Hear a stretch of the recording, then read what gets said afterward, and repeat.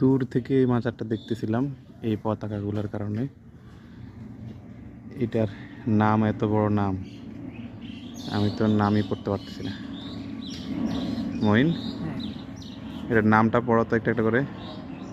বিন্দুসাগর পাগল বাবা হযরত মোহাম্মদ কাজী হানিফ শাহ রহমতুল্লাহ আলাইহি হুজুর পাকের পবিত্র মাজার শরীফ।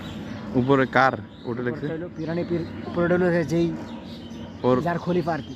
আচ্ছা আচ্ছা। পিরানি পীর দস্তগীর হযরত মাওলানা শাহ সুফি ইলিয়াস শাহ রহমতুল্লাহ আলাইহি গুলবদরি হুজুর পাকের একনিষ্ঠ ভক্ত। হ্যাঁ রে আল্লাহ, তুমি তো সেই পড়ো, আমি তো বাংলা পড়তে পারি না মনে হচ্ছে। দেখি তো এই পাশ থেকে নেই।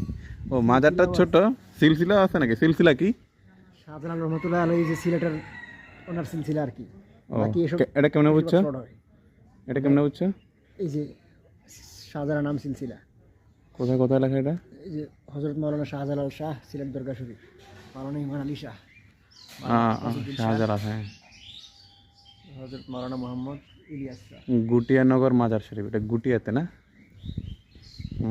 সুন্দর।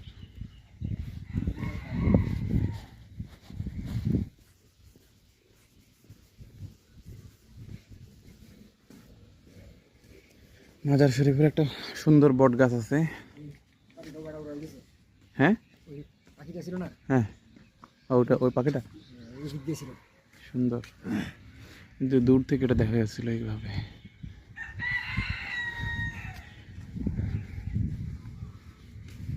একটা সুন্দর বড় বট গাছ আছে। আচ্ছা, বট গাছের সাথে মাজারের কি কোনো সম্পর্ক আছে?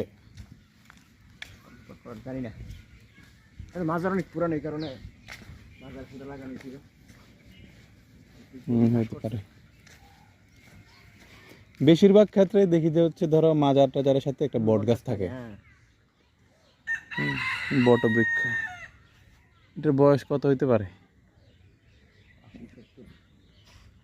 এরকম কি হবে? কিন্তু গাছ তো তরুণ মনে হয়, এখনো এখনো বৃদ্ধ হয় না।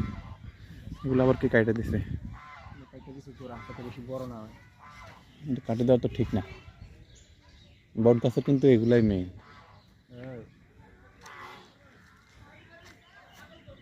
হুম।